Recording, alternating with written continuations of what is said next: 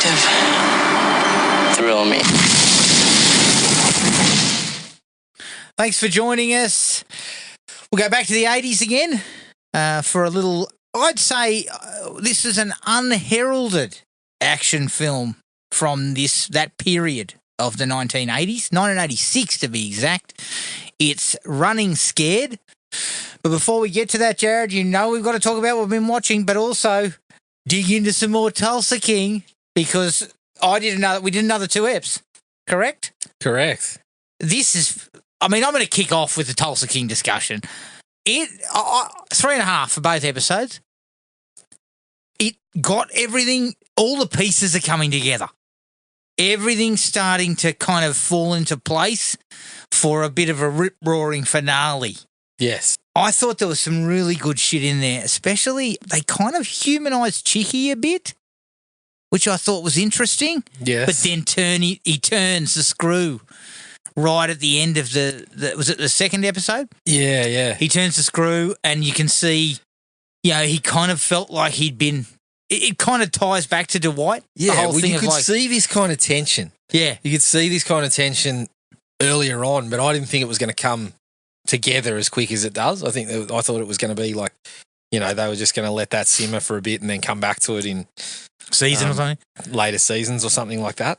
I agree. I thoroughly enjoyed both episodes and the way that they put a few things like that into play that I didn't see coming. And I spent a couple of episodes. Normally, it wouldn't take me long to jump into who's who, and I'll be on IMDb while I'm watching and that sort of thing. But I was trying to sort of just avoid that a little bit. I was trying to engage a little more in the episodes. So I'm looking at him going, fuck, he looks familiar. And then I realised it was the bloke from The Wire with a rug on. Yeah, the rug. And the rug had me fooled. Yeah, I'm like, he looks familiar, but it's fucking... Yeah. So I thought that was quite good. I like the bikey stuff's come to a head because of the death of Pike. Yes. And then the ATF have now kind of, someone else in the ATF's got a whiff of Dwight and fucking Stacey's trying to fucking, no, let's not worry about him. Yeah. She's sitting there going, well, that's nothing to do with us. Don't worry about him. And it's like, she's now in some deep shit and Dwight's taking a step back from her. He's trying to fucking now go, I don't know what you want from me, basically. So I really liked all that. Yeah, it was good. I'm really keen to see what they do in the finale because we've got 2 episodes left, I think. Or 3 episodes. Oh, is it 2 episodes? Yeah. 2 episodes. Building nicely, and I think it's kind of... I think we're going to see something of a resolution to the bikey thing, but it's going to be still hanging around. And then obviously the Chicky taking over is going to really sort of build into season 2, I'd imagine. That Correct. Dwight's going to fucking start throwing his weight around a little more. And he threw his weight around a little bit with the bikey guy, remember, where he's sort of like, well, this isn't your land. Yeah. And I'll do whatever the fuck I like. Underrated too. I liked Bodhi sort of just dropping it, hey, I'm a crook too. Yes, I was already a crook. That was cool. That was something I didn't see coming. And I dug the fact that it's something that Dwight knows nothing about. Yes. Bitcoin, online stuff. Dwight knows fuck all about it. So it means that Bodhi's kind of got something to offer, which I think is cool to kind of have these 2 separate sort of styles working together. I did have a couple of things that concerned me. Yeah? Every time I see a white horse, I think Rob Zombie. Oh, yeah. But also it kind of seems to lead to Sly's daughter in an expanded role again. Yeah. I don't know what's doing there. Yeah. I don't know. Look, if I had to say she was getting better per episode, I'd probably say, yeah, she is, but it's possibly because she's getting more lines and we're seeing her a bit more. So we're able to critique a little better. I thought it was a dip. Dip? Well, she's got, like, when you're getting involved in scenes where you got to go back and forth, it's like, okay, well, if you haven't done this and you're not naturally sort of gifted at it, it just shows up more, doesn't it? She's going back with Sylvester, though. Okay, fair enough. Fair enough. Fair point. I did actually like, though, in relation to the horse, I loved when the guy was like, what do you want this? You know, it's a bit old and whatever. And he kind of looks at it and goes, kept you on your toes, didn't it? Yeah. I dug that. But we haven't spoken about Dana Delaney yet. There's pros and cons here. Pros and cons. White man Freddie. This is kind of the opposite to his daughter being on screen. Seasoned vet. Yeah. I think she's bringing some good work out of Sly. Yes, she is. Together on screen, they're pretty good. Yes. But of course, she cannot contain herself. Second appearance, I believe, and she's ready to wine and dine this roided up 75-year-old goblin that turns up to ride a horse. Skin looks like the fucking backstrap on a bloody on a fucking pork belly. Looks like a packet of Jack's Links, mate. It's fucking terrible. Yeah. He's got neck skin like fucking like bloody jerky. Yeah. No, she brings a shitload out of Sly, but I like the interaction. Yes. It's kind of playful. Yeah, they're pretty good on screen. And they're good on screen together. Also, vaguely like age appropriate. Shit. Yeah. You're 75. And hopefully. And age appropriate's like 60s. No, she's near 70. I think she's like 68 or 60. Okay. Or when it was filming, it would have been. So, okay, that's more like it. And hopefully smacks a bit of sense into the guy. When he's laughing at extras, Dana Delaney, you like to think what are you doing? She gives him a whack and says, stop that, you silly old fool. So, I'd like to think in front of the camera and behind the scenes. I know, she might go, professionalism, dickhead. This is a good thing for Sly. But also, I mean, he tells her I've been in prison for a long time, and she fucking goes, yeah. Oh. He almost raised the eyebrow a little more, like, hey, that's exactly what I'm looking for. This guy hasn't tossed a leg over in fucking 25 years, but little does she know, 5 minutes out of the joint. Yeah. I mean, the guy has one over in a 40-year-old. The guy's been out so little time. I mean, he's still got the same underpants that he walked out of prison in. Basically, he's that fresh out of the joint. But of course, he's already jumped in. He's already peeled them off 3 or 4 times. Yeah. She goes, oh, you'd be like a new man. He's like, oh no, sorry, love. I removed the casing on that fucking instantly. Yeah. Oh, so funny. So funny. But look, I am enjoying it. I'm really fucking impressed with it. Yeah, it's good. And we talked about this via text. You know, the bloke told us Rambo Last Blood was cutting together beautifully and he was fucking lying out of his ass. Yeah. But he's never mentioned this as coming together great. He's just been kind of sort of more discreet about Tulsa King. Sly probably said, look, I'll drop a couple of things on my Instagram, and Taylor Sheridan was like, just don't. No, don't. let me worry about it. Let the marketing department worry about that. Yeah. Just do your fucking job. Which is funny because it's the other way around. He should be spruiking this and trying to hide every other thing that he's done recently. I know. Clearly, Jared, this tells you he's ready to save Hollywood. Exactly. Absolutely. He's got some heavy lifting to do because his other Hollywood savers are doing fuck all as far as I can tell. Yeah. Especially Mel, who seems to be destroying his career at fucking Stop latching on to Mel and Voight and just you share it in another call and say, you got anything else you want me to turn up here? Can we put something with Mel in it? No, I haven't got anything. I haven't got anything for Mel. But Sylvester, if you want to stay connected, we'll work something. Yeah, that's right. All right. Other than that, I finished season 1 of Mr. In Between. Fucking awesome. The last 2 episodes were kind of had that feeling of, you know, that fucking bank robbery in 2 hands? Yeah. Fucking, it's kind of comedic, but it's also kind of dark. Like, Ian Roberts is involved, isn't he? I didn't see Ian Roberts. I'll tell you who I love, though. He might be in. Is there another season? Yeah, there's 2 more seasons. I think he's in one of them. Matt Nable. Yep. He was fucking tearing it up. He was piss funny. I mean, it's hard to get that bloke away from Fox Footy at the moment. I know. Every time I turn on Fox Footy, he's spruiking. Oh, yeah, he loves it. But he is fucking excellent. But it kind of had the last couple of episodes had that weird sort of like, everything that can go wrong will go wrong, but it's all fucking funny. Yeah. But then when it comes to a head, it's kind of dark. And how he sort of gets out of it. It was really cool. I really liked it. It's a slow burn, but I really like the way he's sort of just teasing it out. And it's half-hour eps, mate. What's it on? It's on Binge. Yeah, right. Sign up. I did.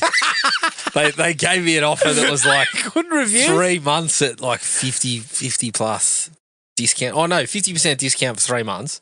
So I took it for the 3.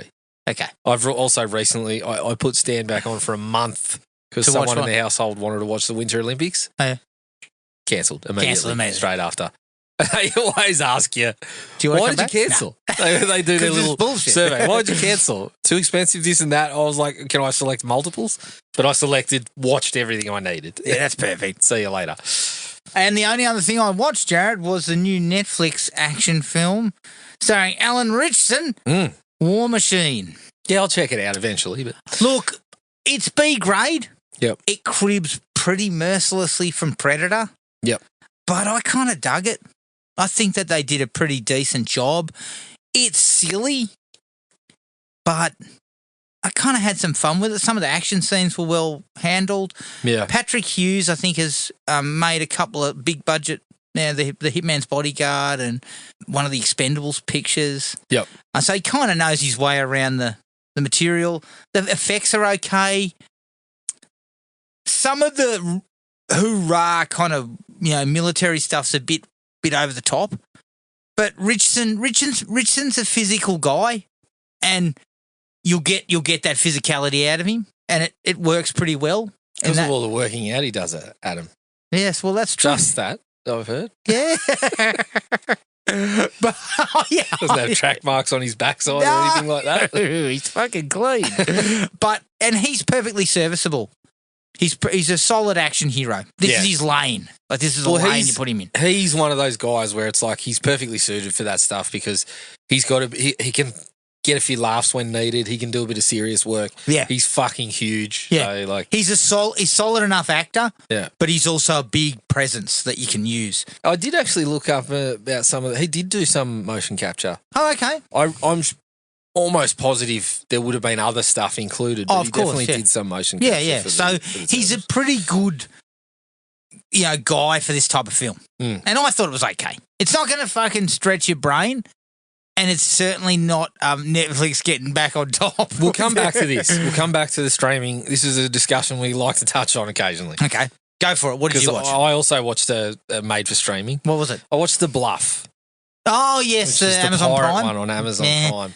Struggle Town, isn't it? There was something there because I'm open to a pirate, like a fucking pirate caper with fucking John Wick style action. Like that's fine by me.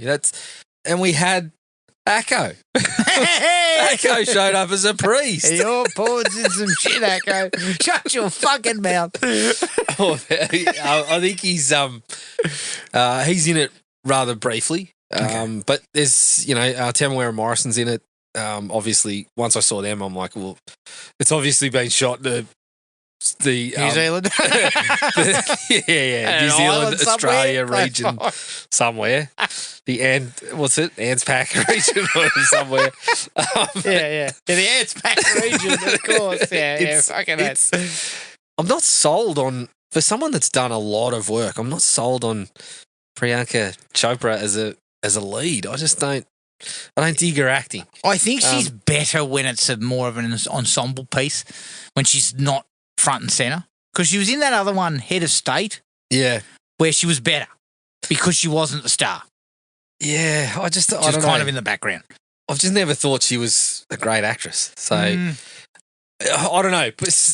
Whether you might be right. Maybe in those smaller parts suit her better. Carl Urban, I mean, he's fine. I like Carl Urban, but he's just sort of there in this one, doing his thing. He's there.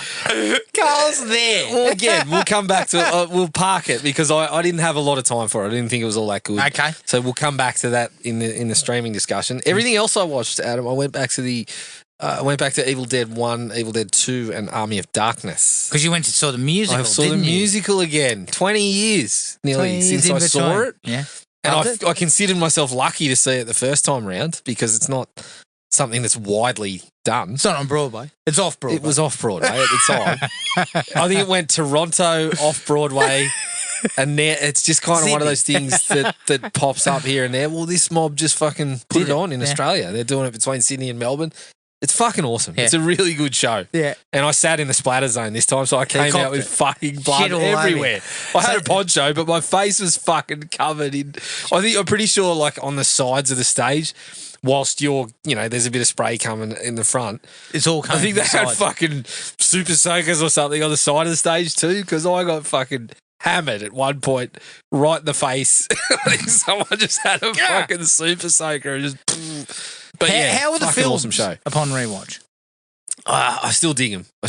It's funny to watch all in one run because they sort of, the first one's got its slapstick sort of style, but it doesn't necessarily have the comedic parts, whereas 2 starts to throw a little bit in comedy. But and then 3 goes all the way into it. Yeah, I mean, there's parts of 3 that are full on like Three Stooges kind of style stuff. Yeah. And I like all of it. I think I can't really split them. I mean, personally, I love Army of Darkness just because I think the setting's so cool for that sort of thing.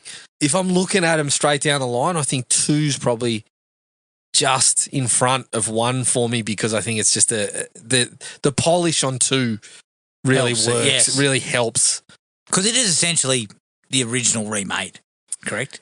Well, yeah, it's sort of... In a lot of ways. In a lot of ways. I mean, it is a continuation. When you watch it, it is a continuation. Like the first 15 minutes are sort of a remake just told a little bit differently. And then you pick up from the moment that the first one finishes, essentially. Yeah. But yeah, it's the same sort of thing. We're putting people in the same sort of situations. But yeah, I think 2 adds a little bit of the humour and the polish. I think it's probably the best out of the 3 of them if I was sort of ranking them. Okay. But I'm the sort of person that like there are 4 stars across the board, all 3 of them for me because I just love them that much. I find it really hard to split them. They all bring something different to the table. Yes. But yeah, watching all 3 because the musical is pretty much 1 and 2 mashed together, but references 3. Okay. Like it has portions of 3 word for word, just little bits that are thrown in there. But yeah, the musical is fucking straight out comedy and kind of references like, the hick from 2 kind of shows up at one point and he goes, you're like, what are you doing in the woods by yourself? And he's like, well, I was with my wife, but given that you've got that girl in the cabin already, she was somewhat redundant and all this sort of shit. Like, they kind of reference the movies and there's some really funny songs in there. So pretty fucking awesome experience to be able to check that out again. If you're in Sydney or Melbourne, fucking get on it. Okay. And yeah, that was all of it for me. Okay. So the streaming discussion. Talk to me. Streaming. I got just a question. Mm-hmm. We're spending fucking lots of money. The Bluff, for example, lovely locales to shoot in, sets, actors. You got all those parts. Why the fuck do they always just feel so stale? That's a good question. I can't remember the last time I watched one of these straight to streamings and didn't think, fuck, this is derivative. Yeah, I know. It's hard to sort of put the finger on it because obviously we've had those articles where they talk about how Netflix has this kind of like template and how everything's got to be explained to you and as well as being on the fucking screen and all this because it's a part of the generation that can't look away from their phone for fucking 2 seconds. Yeah. So you've got to – the expectation is people will be looking at their phones as well. Yeah. So we have to explain everything. Unfortunately, Adam, I'm falling into that trap. But I feel like a movie like The Bluff – it puts me there. It's minutes in, my hand's fucking creeping over looking for a phone because, like I said, there's just a staleness to it. I'm bored. Well, is that what you're saying? So this is where something like Shudder. I mean, we like to have a bit of a chuckle about Shudder and their sort of station in life, but this is where a Shudder has some of that right. They find the movies that are already made, and cut a deal with them to chuck them on there, or they, it's a Shudder original, but it's not really a Shudder original. It's come through some company. Channel. So, In a Violent Nature was one of them. Yeah, Good Boy was one of them. Yes, and I would watch And they're both I would watch movies different. like that in a heartbeat over this streaming. Like War Machine. I'll watch that. I'll probably enjoy it. We'll probably never go back to it. No. Because it won't even... No. The thing about them is, look, so I'm thinking about The Rip, right? I still haven't watched The Rip, but I could barely fucking, on the Netflix, on the fucking, what do they call it? The wheel where you're scrolling through. Yeah. It's almost like that's already... It's gone. It's been a week. You can barely find it on there. Yeah. Yeah. It's one of the issues that I also said to my wife the other day. If we don't get on it now, it's fucking gone. You do. You forget about it because it gets lost in that. It's not presented and then to you 2 years later, I go, oh. Yeah. Yep. Remember this? We wanted to watch this. And I finally get around to it. This is something that Tubi actually does all right too, the categories. Yeah. You just can't seem to fucking... It's not easy to look through categories on Netflix. No. Whereas Tubi, you can just go... It's all categories, yeah. It's all categories. Well, but you look up, okay, horror, this, that, but it's also cult classics. Yes. It's also this person. Like, you got these categories and then you go in there and you're scrolling through tiles. You're not just got the first 10 that you got to just wheel through. Like, it fucking shits me because on Tubi, I'm digging up some gems because of that. Jared, is it the reason behind it is it just so much shit getting made that the test is still going to cinemas? Yes and no. The best stuff is still going to cinemas. Yeah, I think so. Is that a fair assessment? Because I was initially off that. I was initially saying, well, we're not going to cinemas like anymore. It doesn't matter the quality. Well, stuff like you mentioned that, Shudder's picking up. Yeah. Some of them aren't going to cinemas. Yes. But they're better than some of the stuff I've seen in cinemas. But it's more it's more niche. It's more Shudder. just it still seems to be pretty fucking I don't want to say straightforward, but it's still to me like you give someone fucking creative control. Yeah. You don't just say here's 200 million and the movie's got to be this. It just seems like that's the model and we're getting stale shit from it. I know. No one's actually looked and said, well, this model isn't actually working. Yeah. It's just disposable. But the whole model just Jared, seems to be fucking Netflix doesn't disposable. give a fuck. No, it's because their version of what's a success. See, this is where the non-cinema model becomes problematic. Back in the day, whether a movie was a success was based on money. So it went into cinemas, made fuck all money. It's not a success. See you later. It's shit.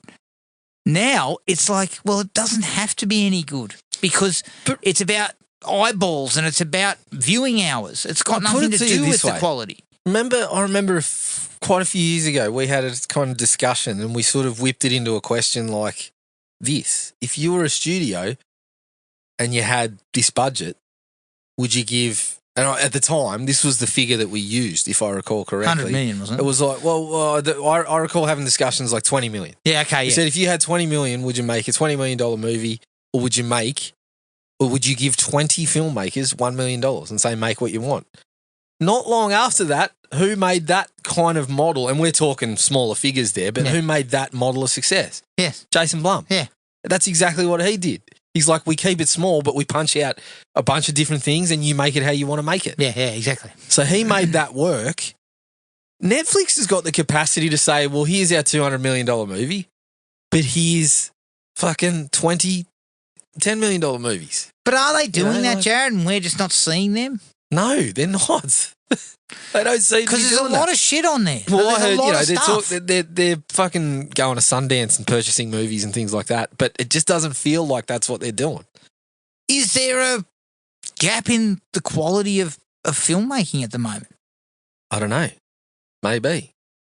Well, why didn't... I mean... So it makes perfect sense to me to say, right, Terrifier, that's hot in horror at the moment. And Damien Leone's making them for relatively fucking peanuts. A couple of million?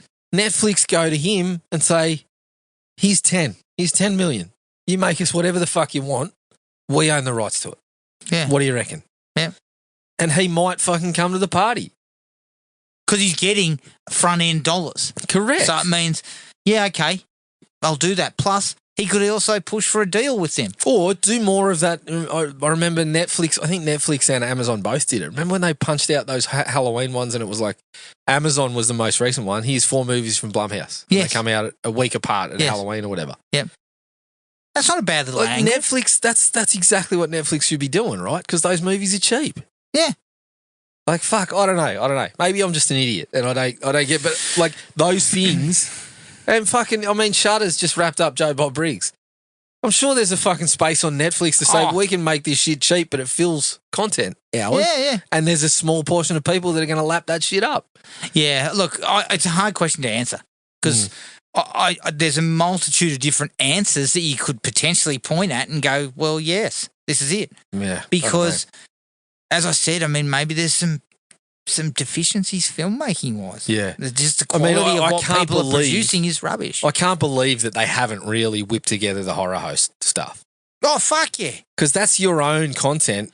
And surely, look, I love what Shudder did with The Last Drive-In, but I had many, many complaints about how long it would take them to get just Joe Bob's content on there. Yeah, exactly. Netflix has got the facility to fucking purchase movies. They've got their own content that you can whip a horror host around. Yes, easy. Like, to me, that is like, that is as money, cheap as you can get. It's as cheap as you can get to make.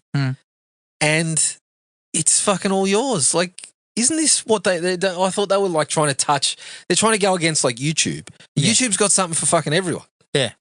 Can't you have something for everyone? You got fucking dollars. Well, you got, $80 billion that's now no longer committed to Warner Brothers. Especially when you got in the fucking business of the reality TV game. Yeah.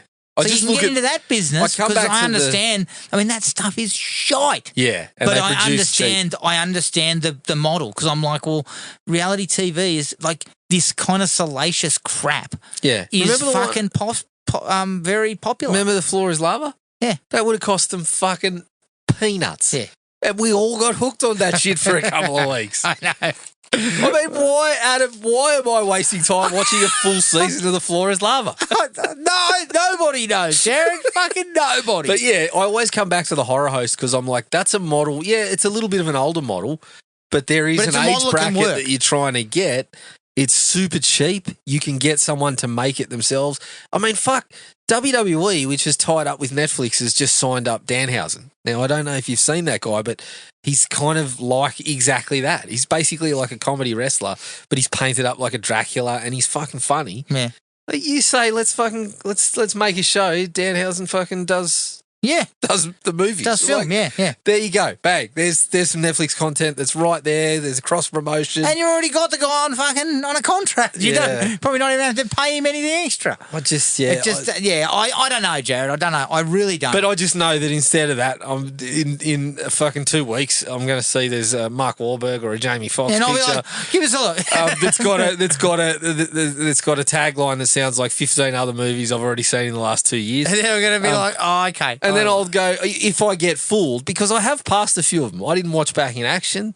I haven't watched a number of Wahlberg streaming ones. But if there is one like Playdate that fucking happens to trip me up, I'll watch it. Guaranteed I'm going to jump on Letterboxd and give it between 1.5 and 2.5 stars, and I'll never fucking think about that movie again. Yeah. I kind of loved it. I got some laughs. Fuck it. All right, okay, look, we'll put a pin in that. I'm sure we'll come back. I'm sure we'll come back to it in 3 weeks' time when the next one turns up. Yeah, pissing and moaning about that. But, back to my original point, The Bluff, stale. Carl Urban, you're better than that. And Carl. Priyanka Chopra, I'm not sure you are. But Carl, do something. You're not just here. You got to do something. Yeah. All right, let's take a break. Here's the trailer for 1986's Running Scared. We're looking for some new career challenge. Yeah, something with a future. Show me another career they let you shoot people.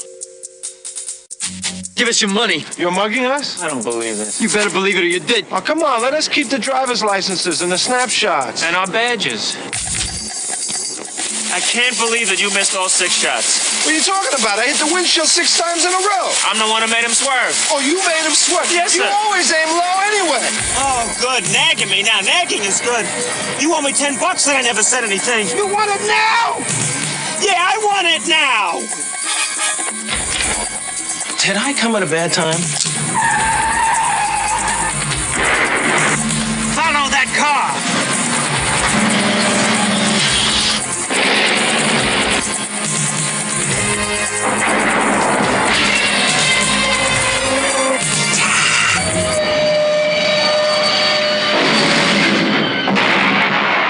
Oh, now you're going to criticize my driving? Well, it's just that you get to do all the dangerous stuff and I get to parallel park.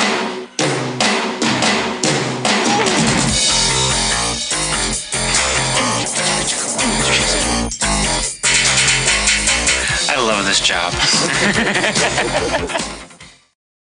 Running Scared from 1986, directed by Peter Hines, who directed End of Days, produced by David Foster, who produced The Thing, and Lawrence Turman, who produced Short Circuit. The story was by Gary DeVore, who wrote Raw Deal, and the screenplay was by DeVore and Jimmy Houston, who wrote The Wharf Rat. It stars Gregory Hines as Detective Ray Hughes, Billy Crystal as Detective Danny Costanzo, Stephen Bauer as Frank, Darlene Flugel as Anna Costanzo, and Joe Pantoliano as Snake. I could not find a budget for this, but it made a fairly tidy $38 million at the box office. A sequel titled Still Running was planned, and different scripts were written, but Billy Crystal and Gregory Hines did not think any of them were strong enough to warrant a sequel and turned them down. All right, I'm going to come out of the gate on this one because you know what? This is one that has always been around but kind of is in the background of those 80s actioners, especially Buddy Cop, considering this is pre-Lethal Weapon. This is actually pre-Lethal Weapon. Look, I had a bit of fun with it. It's fun, it's lively. It's an action comedy, but it's more comedy-based, I would think. The action is a little bit pedestrian. There's not a lot there, action-wise, but I think the two leads are fucking excellent together. I think their chemistry is great, and I think it's got a pretty solid cast behind them. Overall, I kind of enjoyed it for what it was. It's never going to quite hit the ranks of that really good, solid stuff that came post this, so the late 80s, but I gave it 3 out of 5. I enjoyed it. I had a good time. Okay. Yeah. I went 2.5. 2.5, right down the middle. I think you're right. It is pretty fun, and the two leads have really good chemistry together. Yeah, fantastic chemistry. So most of what you get is those two just going back and forth. Both deliver really, really solid performances and really carry the whole thing. I think where it falls down is, like you said, some of the action and whatever it's few and far between action sequence wise. It's workmanlike when it's there too. And it feels like the pacing of the story itself is a little all over the place. Yeah. A little choppy. Yeah, I'll get to a specific moment that I was like, what the fuck's happening here? So by extension of that, someone like Jimmy Smith's is underutilized. Oh, massively underutilized. So yeah, it really kind of, I mean, you can see the hints of something like Lethal Weapon where the two leads are really sort of carrying the whole thing. But the difference, I guess, with Lethal Weapon is that story is just fucking crisp. Yes. And just sharp all the way through. So it's also got a couple of key action scenes that everyone remembers, whereas this doesn't. No. It does have a couple of good sequences in that regard. But obviously like I said, the car chase is well handled, I thought. So there was points where, and considering that pacing that I mentioned, it's like 100 minutes. Yeah. So it feels like, well, fuck, what are we doing for 10 or 15 of those? Yes. I think we needed to get back in touch with what was actually going on around the two guys. That was my kind of biggest bugbear of the whole thing. Yes. But so yeah, I think 2.5. I agree strongly that it's really good fun when you're hanging around with those two characters, but just need a little more around the fringes of it. Yes. It doesn't have, and I'll get to I think we'll talk about this more in the dislikes around the mechanics of the nefarious plot going on. This is where you run into trouble. This is where your Lethal Weapons and that have got something going. You see a number of times through the movie, you see if there was more happening there, whoever's putting it together has got enough ideas to keep it interesting while that's going on. Yes. And I've kind of listed a couple of parts of that where I think where that shows up in the particular sequences. Yeah. They show a bit of a nous for making these guys kind of amusing the way they go about it, kind of street smart. So yeah. like straight out of the gate, cast of seasoned pros. Like there's a good cast there. Even the deeper guys like Joe Pantoliano. You've got the captain. I've just seen him a million times. Yeah. What's his name? I can't remember his name. I can't remember his name either. Yeah, but I believe he was in Clueless and things like that. He's always solid. Even one of the guys who's there, the two cops that they're always sort of trying to show the ropes. Yeah. John Grise, I think is his name. One of those guys. Seen him around plenty. Dan Hedaya is Dan Hedaya, that's it. Yeah. Jimmy Smits is perfectly serviceable as a villain. He's the right type of guy. But I'm gonna put this out there. Crystal was, I don't know who was the biggest star, if Billy Crystal was a star at this point, but the MVP is Hines. Yeah. Hines' delivery, because he's kind of playing the put upon partner. Yeah. Like every time Crystal's got some sort of bullshit going on, Hines is trying to kind of like hose him down. Yeah. But you also get the sense that he kind of loves it. Yeah, correct. But there's a couple of moments, and I'll get to them, they're specific likes, where I fucking piss my fucking self laughing. Yeah. Just at his reactions to something. Well, it's funny because he's one of those guys, like when I saw him on the poster, I'm like, yeah, Gregory Hines. But I can't really place him in a lot of things. No. I can't really remember. I'm aware of him, but he's not really in a lot of the stuff that I go back to a lot. And looking back at his career, he was also a dancer, tap dancer, and he made some dance-based pictures, things like the Cotton Club, White Night, stuff like that. But he also died when he was like 50, 54. Yeah. So he was quite young. But he was always a guy that you can remember. Like you remember him. Yeah. But to me, he's the linchpin here. Yes. If he's not as good as he is, you run into that. The banter's not there. Yeah, look, I would probably agree with that. But him and Crystal are when both you put them together, they work well. Like it's a real, like that's the thing with a guy like Crystal. You need someone who's gonna be willing to kind of play it straight, but also get their own laughs. Like it worked really well. Yeah, I like the idea of Chicago. It's not one of the big cities. It's not New York. It's not LA. It's not Miami. But it had a kind of a gritty look that I liked. In fact, I believe Chuck Norris used Chicago to his quite a bit of success in Code of Silence, I think. Yeah. He also used the L train, which is what they were using in this. I mean, you can still find his footprints on a few faces around Chicago, I'm led to believe. There's a few drug dealing scumbags who'd also had their fucking faces kicked in by Chuck before that. But I kind of like the look of it because it wasn't what we normally get in action pictures, even at that time. Yeah. I was thinking, I actually had written initially like Beverly Hills Cop, but then I was like, yeah, but Beverly Hills Cop only is in Detroit for a small portion, and then it's in fucking Beverly Hills. Yep. So I kind of liked it. I liked that look. So this is probably similar to what you're saying, but one of my likes was that they were. I think it provides a few issues more based around what's around it, but I like the fact that they're on the same page. They're, similar personality. Yeah. We don't go through the scenario of here's your new partner. I can't stand this guy for a while until it's time to until the shit hits the fan and they gel into a super team. All of a sudden. Exactly.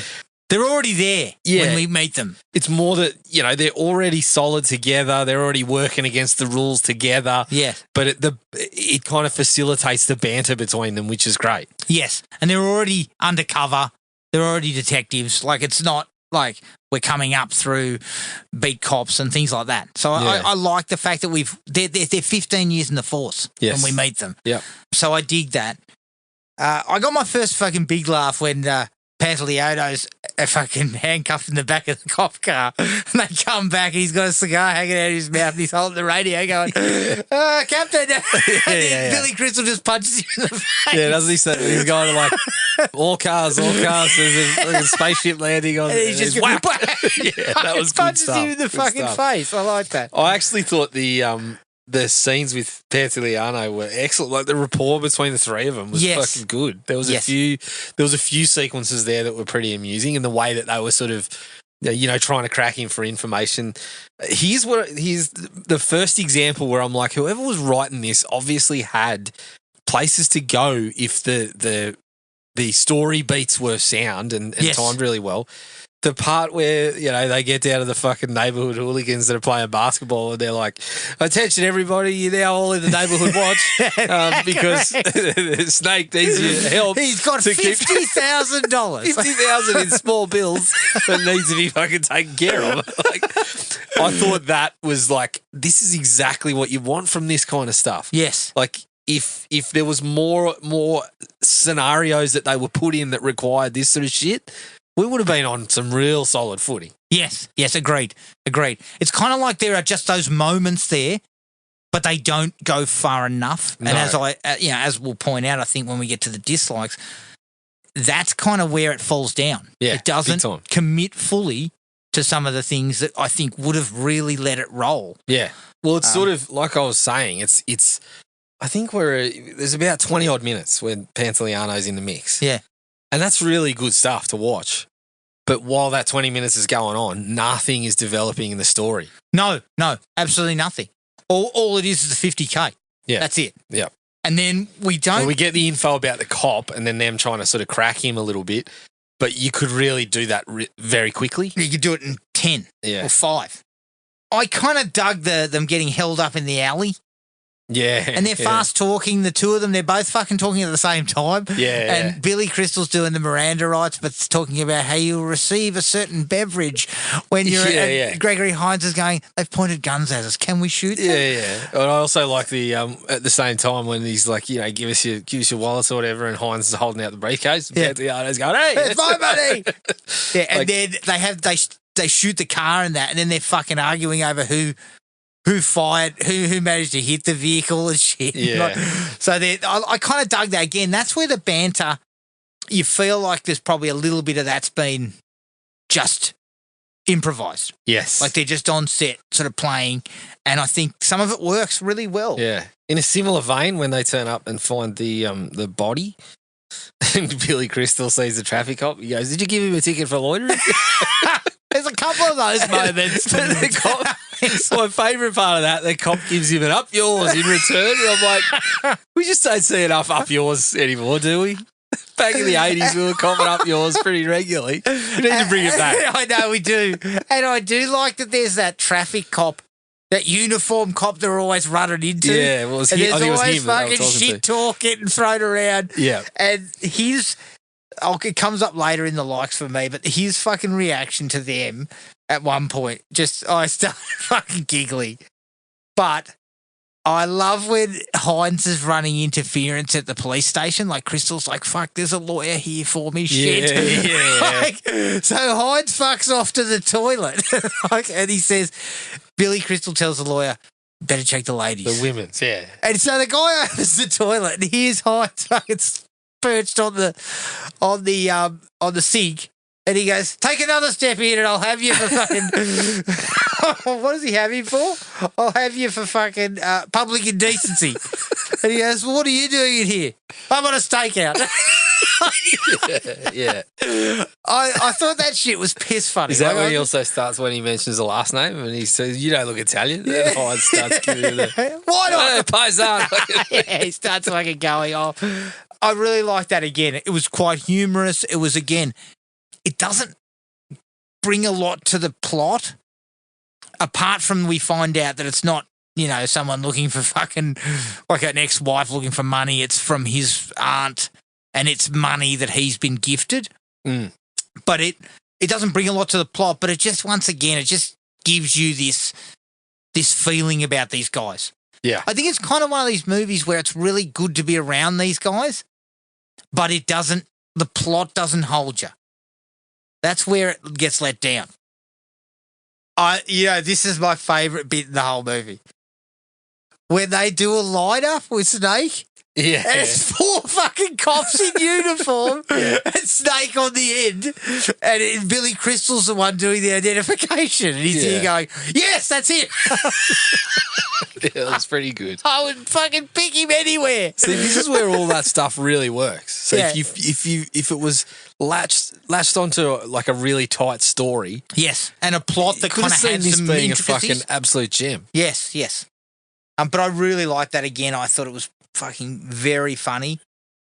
I liked, and I've got a real big dislike on some of this, Jared, but I kind of like the double cross when they get the tip from Snake that they go out to like the freighter. Yeah. And then there's a double cross. Yep. Snake pulls the cross on him. Smits kills Snake right there. And then it turns out there's two undercover cops been working. Yep. I kind of like that. Yeah. That's about as intricate as things get. Yeah. And Al Leong's involved. Yeah, I was going to say, good to see Al. Scumbag. Surely he's going to get shot in the head at some point. Yeah, no, I agree. I thought that was when we were going to start to really set the wheels in motion of the story. Because I thought, look, we've spent 20 minutes and we haven't really, because it's centered around we're trying to catch Jimmy Smith. Yeah. So for 25 minutes, all we saw was Smith go, oh shit, and then jump in his car and piss off while Snake has it all come down on him. Yes. Which I thought was perfectly fine. And because those three together were pretty fun to watch, I was kind of prepared to be, all right, well, if it takes that long to set it up and then we really get moving from here, great. But it just sort of didn't. Yes. But it didn't I move agree. forward off that situation. That's right. At that point, I was still pretty high. I'm thinking we're headed for an easy 3.5, possibly more. Yeah. Here. I did like the sequence where fucking Billy Crystal decides I better start wearing a bulletproof vest. And apart from copying shit for wanting to protect yourself, which I thought was fucking way out of line. Yeah. They're all having a giggle. Then he drops his gun, ricochets off, and fucking. Next thing you know, when Crystal gets his, he goes. The mirror goes. Yeah, when Crystal gets his for the bulletproof vest, the guy goes, "What's the problem?" He goes, "Oh, I need to look after my lower back." And then after fucking accidentally firing his gun in the locker room, Gregory Hines comes looking for one. The guy goes, "Let me guess, you got a bad back." Yeah, that was good stuff. Yeah, that was good. Very good stuff. One of my favourite sequences was knocking at the door of the building and talking to the lady, and in the background the kid's giving Gregory Hines the finger. And then they keep sort of cutting back while the dialogue with Crystal and the lady's going. They keep cutting back to the kid popping out and doing the finger in some other way. And of course, Hines can't let it go. I thought that was piss funny. That was sort of the petty sort of energy that I'm all about. I love it. And then he's like, "You got to fire back." He's fucking telling Crystal, "Oh no, you got to fucking return serve." Oh, that was so good. And that's what I liked about it. Yeah. For moments, you think Hines is supposed to have more sense. Yeah. But then he's got no fucking sense either. He doesn't. He's clearly got none. Look, this scene was super silly, but again, I couldn't help because of the way they kind of organised it. When Smitsy goes out the window in his crackers, then takes hostages and demands trousers. Yeah. Pants. I also like that he's copping shit. Crystal's going, "I already threw him to you. I can't help it if you can't catch him." And he throws his trousers, they miss. And then he looks at Hines and Hines goes, "You did it on purpose." Yeah. Silliness. He's got no fucking trousers on either. And they get down in their long johns and their fucking socks. And the cop that they've been bantering with turns up. Yeah. And his reaction, he just fucking starts pissing himself. Yeah. Like, Is that when they tell him, "I told you one car back up, you bring the whole force"? and he starts giggling to himself. Like, it was stupid as, but I was kind of like, again, I kind of like the energy that we're getting. Yeah. Here. We're I mean, getting that's this a good way energy. to put it. The energy through the whole movie is really good. Yes. Like, and again, you're right. If we'd have got a more substantial plot and a more interesting investigation, it would have been a real fucking winner. Yeah. I mean, for me, I felt it perked up a little with the whole coke decoy. Yes, that was all right. Because we get a bit of comedic work. I mean, we get a chase, which is not a bad chase. Yeah, the chase is all right. And we get a bit of comedic work in there where, like, okay, the bulletproof glass is working, so Crystal starts giving him gestures and laughing and shit, and then tries to wind the windows down. It's like, oh, shit, That's right. windows don't go down. That's right, because they tell them. Yeah, but You then can't wind the windows down, but fuck. But then they're also them in the, not super funny, but just keeping that same energy. Them in the station apologising to the priest and the nun, saying, "Oh, we thought you were fucking, we thought you were, pretending." They thought you were cribs. That's my favourite fucking response though, when they've got them handcuffed in the back of the car during the chase. Yeah, and Crystal's like, "The only confession you're getting is me getting it out of you." yeah. And then he says, "Be careful if we hit one of those live wires there. We're going to get electrocuted. We've got to watch out for the volts." And the volts and and the once he amps. goes, "But it's not the volts, it's the amps. You got to watch out for those." And the fucking nun pipes up with, "So how many amps are there?" And he goes, "Enough to blow us up." "Oh, and shut up!"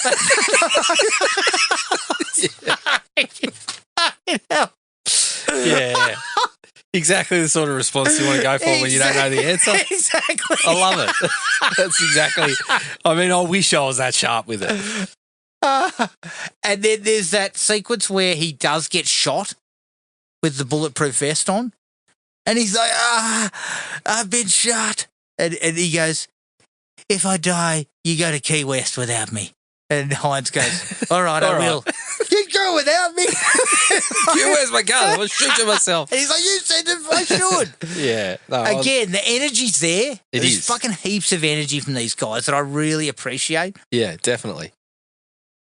Another little bit of Hines. Again, the Hines reactions got me.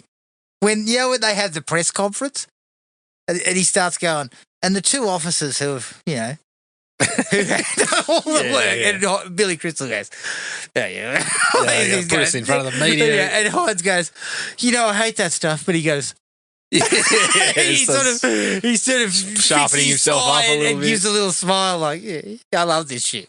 And then, of course, it's not them. It's someone else.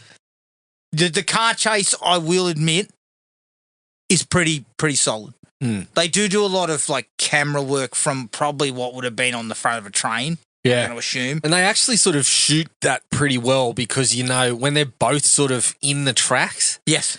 it's hard to make it sort of exciting with all the swerves and shit, but that's when they start chopping into the conversation a little more Yes, and yes. the yelling And at they the priest. clearly have sped the footage up. Yeah. But it's serviceable. I think as far as the action sequence go in the film, this is the best one by far.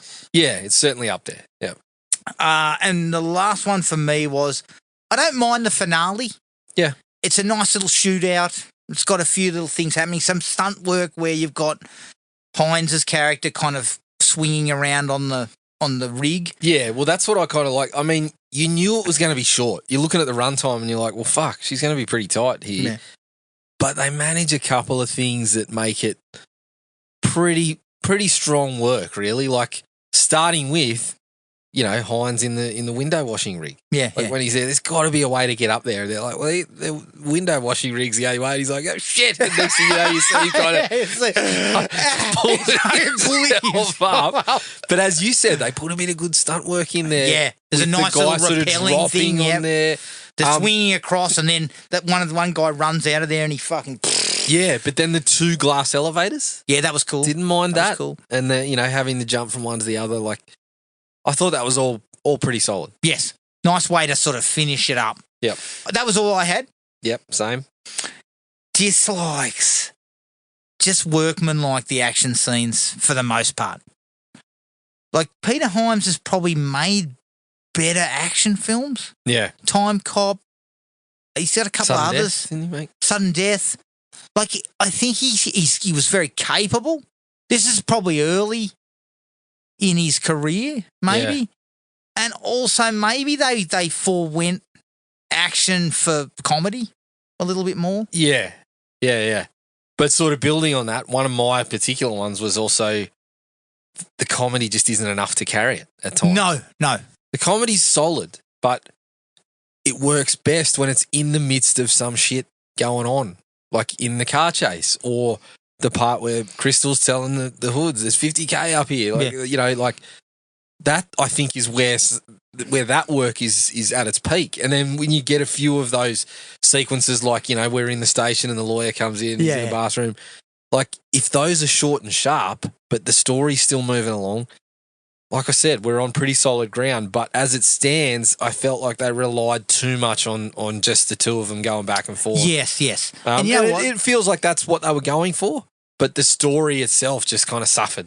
Yes, agreed. It's kind of like an early template for something like Bad Boys.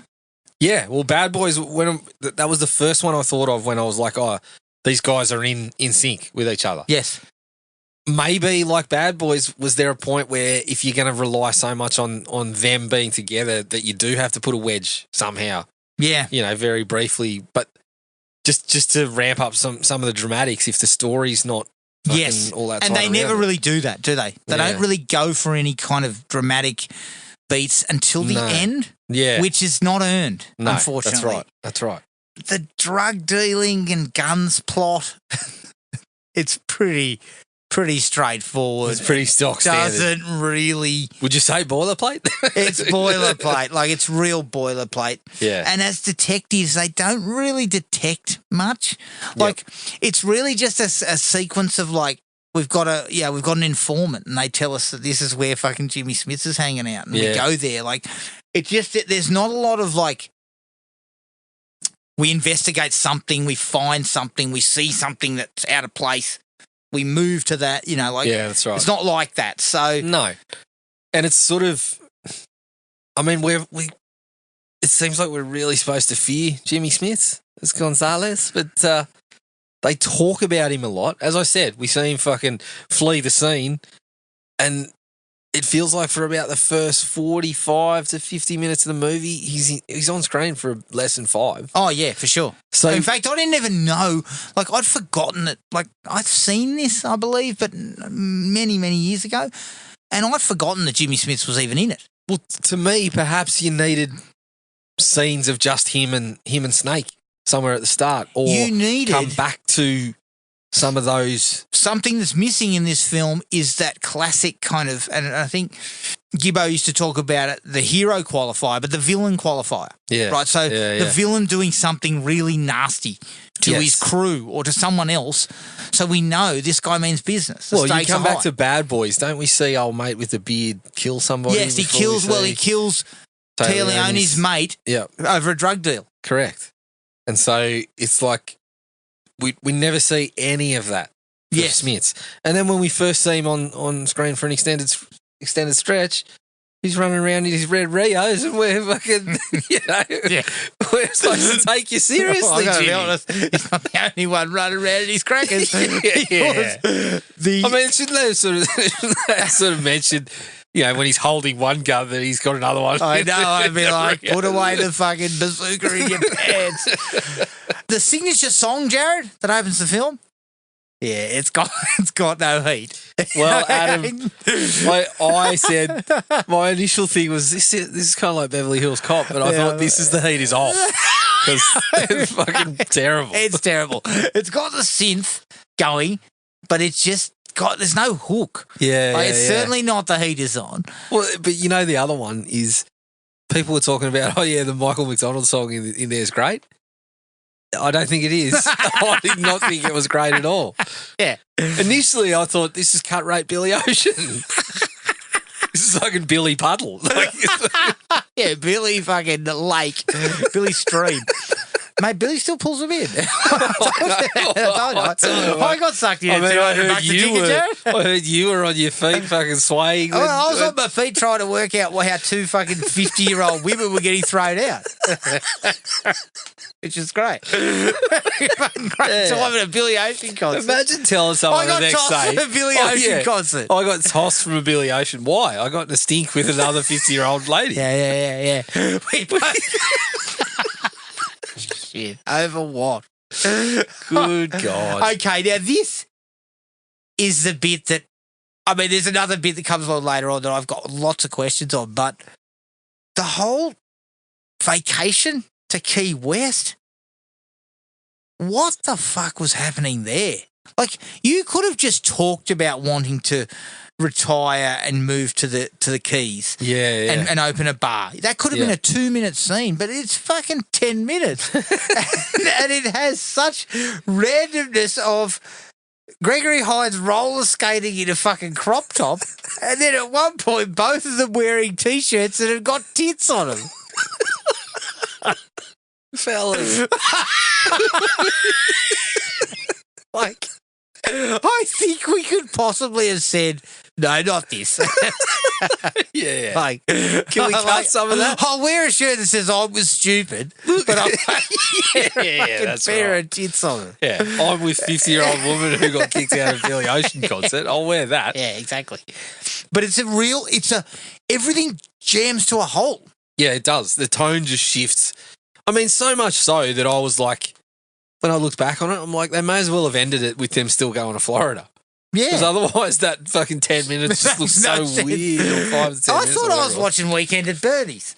So did I. And I'm like, again, Billy Crystal chatting up a woman within fucking seconds of getting there. And then immediately we're on a boat with 2 other women. And Hines is like, I've got him. I got this one. We're going to go, we're reeling in. We're doing this. And then, like, oh, yeah, it was really weird. This is a different movie. You could have had another movie with these two playing kind of down in the Keys, some sort of fucking pair of like low rent crims or something. Like, it feels like a random sort of interlude. It does. That we don't need.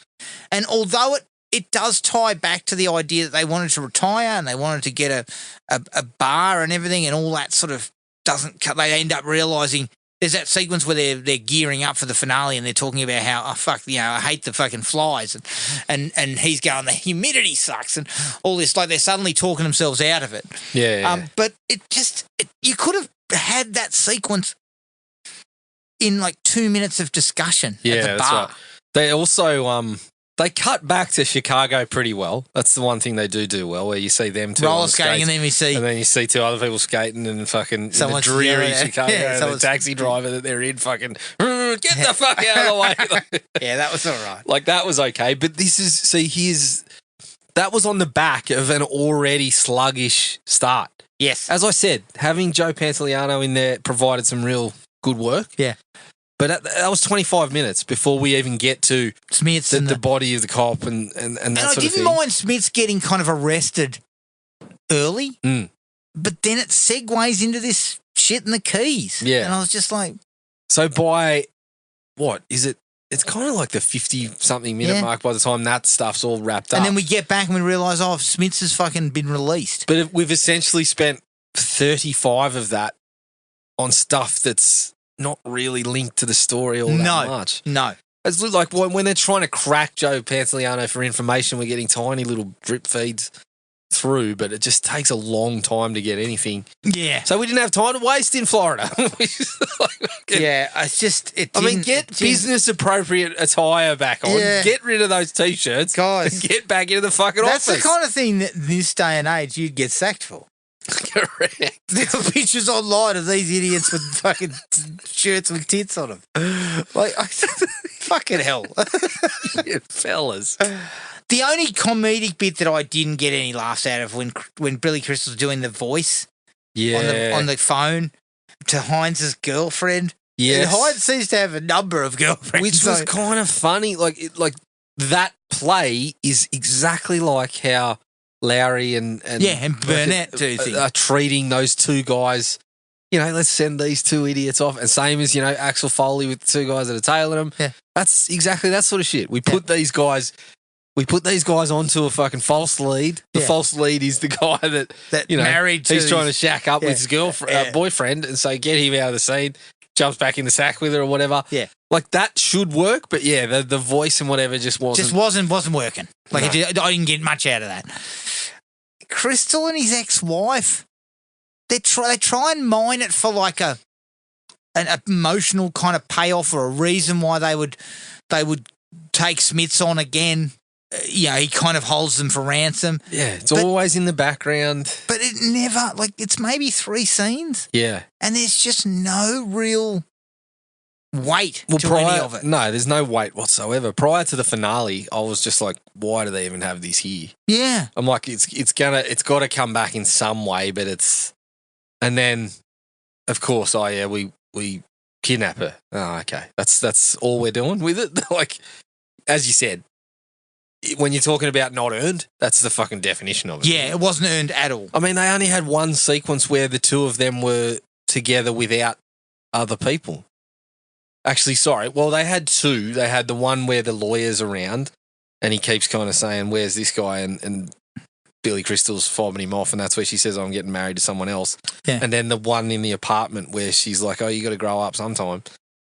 But that's it. But also, I mean, fucking hell, we take over an hour to actually see the inside of Billy Crystal's apartment. We don't know where these guys live. No, that's right. Oh, we know Hines' apartment, which I'm about to get to in a second.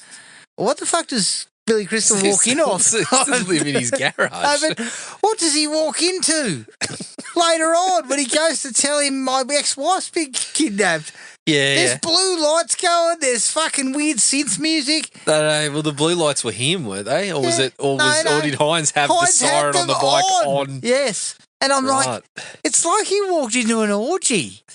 We might have. You never know. Oh, sorry, shit. Does anyone know where fucking Hughes is? It was once again a kind of a jarring kind of thing to add to it. And yeah, look, I mean, I know Heinzie's a pants man, but shit. Clearly. Get the bike's fucking lights off. Yeah. That's not the first thing. When I think mood lighting, I don't think we need to turn the Let's siren turn the fucking sirens lights off. My last thing was the finale lacked an explosion or something. We needed some sort of fucking, something big. We nearly go off. A bit of a cherry on top of all the little sort of, the shootout's nice. Maybe someone throwing grenades. I don't know. Yep. Something like that.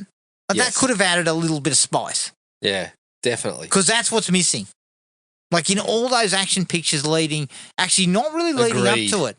But probably going into after that. But they're also like the fucking the showdown, I guess, with Jimmy Smith is so impersonal because they're on different floors. He's shot in a fucking long shot the whole time. They're, you needed to kind of maybe get the two of them and him close proximity or something like that. How does Smiths and his fucking henchmen, how do they not manage to fucking hurt Crystal or his missus? I know. When they are sitting in elevators, glass elevators, straight those in. fucking elevators left He goes, and right. duck. There's nothing to duck behind. There's no fucking pieces inside You're the basically just laying on the floor. Like, how the fuck neither of them got hit is it's beyond me. Baffling, but yeah. I think even if they didn't have an explosion, just using the fucking the washing rig, like how he was swinging back and forth, like, why wasn't fucking Smith firing at him while he's swinging fucking one way and then coming back? Something like just to spice it up a touch and actually place it in that sort of action comedy realm. Yeah, and you couldn't tell the layout. No, shit. Because of the way the place was set, you couldn't tell exactly where fucking Smith's was to everything else. Like, because it was 15 stories high. So all of those stories looked exactly the same. Yeah. So I didn't know where the fuck he was. No. I know this much. He gets shot a few times. Yeah. And then gets back up. He gets back up. I don't really know what the go was there. But, yeah, like the finale just kind of lacked a little bit of sort of heat. And I think you also needed to cap things off. I'm like you. Like, let's go back to they're no longer, they're not in, like, give us a bait and switch. Yeah. It's at the airport or something and, you think that they're heading off to Florida or whatever, but no, they're not. Fucking perfect setup for a sequel. Yes. Perfect setup for a sequel. And you know what? If they said there was a sequel, I would have watched it. But it's kind of like you said, that the whole mechanics of the story and the fact that they hadn't really earned any of the emotional fucking stakes of it. It didn't matter if they fucking hung around in Chicago.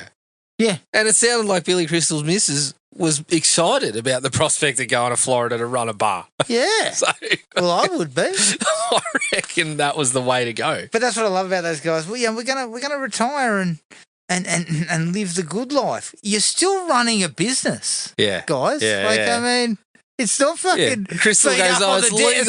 it's legal to drink on the job." Yeah, well, you won't be doing a very good job if that's the case. But anyway, fucking have at it. yes. Petro O'Horties will be shut down. You know it. Yeah, exactly. Every time you roll in, I've got a fucking fresh Captain Morgan sitting in front of me. Yeah, exactly. How can I get you? I'm fucking 6 deep. Like, I can't even remember what you ordered. Oh, God. But hey. All right, that's all I had. Yeah, same. All right, well, that was Running Scared. You can find us on iTunes, Spotify, and Podomatic, or wherever else you get your podcasts. Send us an email at thrillme@iinet.net.au, or on Facebook at Thrill Me Podcast Australia, Podomatic at thrillme.podomatic.com, and Instagram at thrillmepodcast.au. Please rate and review wherever you find us. Keep an eye on the Facebook page to see what we cover next, but until then, take it easy, everyone, and we'll catch you all later. Cheers. Find the podcast at Podomatic or on iTunes. Don't forget to rate and review. Like us on Facebook at Thrill Me Podcast Australia, or contact us at thrillme, all one word, all lowercase, at iinet.net.au.